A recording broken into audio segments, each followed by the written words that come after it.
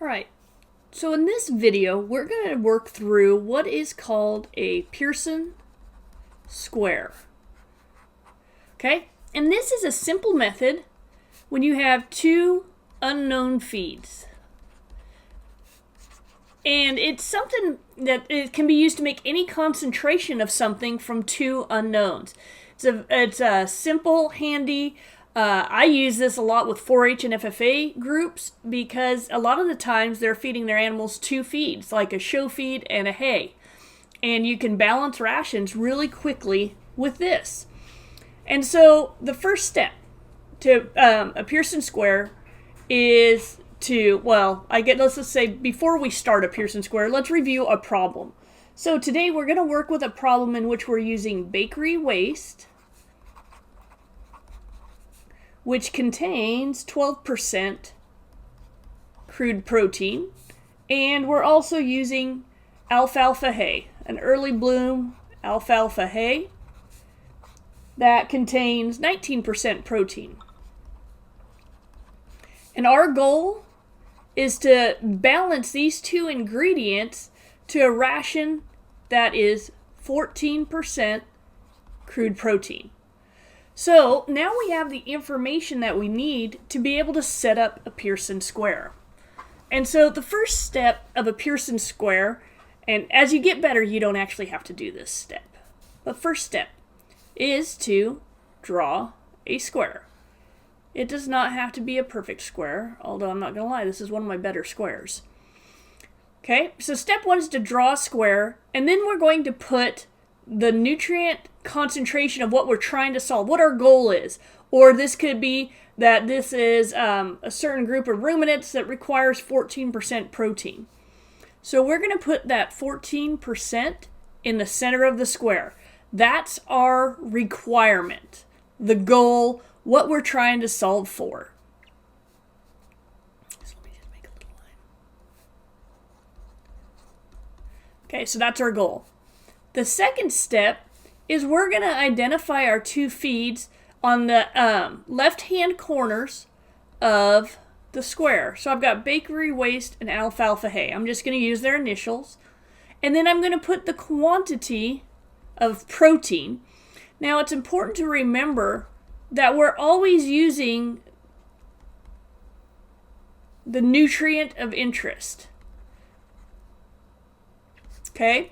We could be doing this for TDN, for net energy, for digestible energy, for calcium, phosphorus, but whatever our animals require, we're matching the nutrients. So these will change depending on what problem you're solving.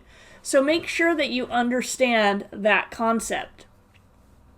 So now we've got, and it's kind of back to that concept of what we need to know to solve a ration. We need to know an animal's requirement, in this case the goal. We need to know what our feeds are providing and what feeds we have available. So we've got all of that information. We can now balance a ration. Now, this is the trickiest part of the Pearson Square, is you subtract diagonally. And when you subtract, you're just looking at absolute values. I don't know if you remember math where they had the lines around it and that's the absolute value. We don't care if it's positive or negative. I just know that the difference between 12 and 14 is 2, and so that's diagonally across. And I know the difference between 19 and 14 is 5. That's all we need to do, is just subtract diagonally. So what this is telling us is actually we're kind of balanced right here in that we have 5 parts of, and this is just parts. It's a generic term, but it's the proportion. So it's 5 parts, and we're always going to read across. So 5, even though we subtract diagonally, we read across. So we would have 5 parts of bakery waste to 2 parts of alfalfa. So now we can figure out some percentages. If we total this up, we know we have 7 parts total in our new mix. So now we're just going to calculate some simple percentages. 5 divided by 7 times 100, and 2 divided by 7 times 100. What we find out is this is 71.43%, and this is 28.57%. But what do these numbers really mean? That's going to be the question to remember. So when we do a Pearson Square, we need to realize that we read across. Okay, so what we're saying is that this is actually 71.43% bakery waste and 28.57% alfalfa hay. That's a Pearson Square. For those that are in my class, this is the number that you would turn in through your homework. And that's all it takes to do a Pearson Square. The key parts are to remember to make sure you are looking up that everything is in the same units. So if we're solving for protein, our nutrients that we have are in protein. That we put the requirement in the center of the square, the feeds on the left-hand side.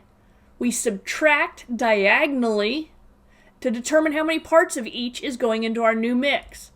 Total the parts up, and now you can calculate a percentage for a simple ration. That's all there is to a Pearson Square. You can use it for 3 or more ingredients. It gets a little trickier to do, but I have found that in the field, a 2-ingredient Pearson Square is still my fastest way to get a ballpark estimate of where I need to start with ration formulation. So it's a handy tool, and especially those of you that want to be ag teachers someday, this comes in extremely handy. So I hope that helps.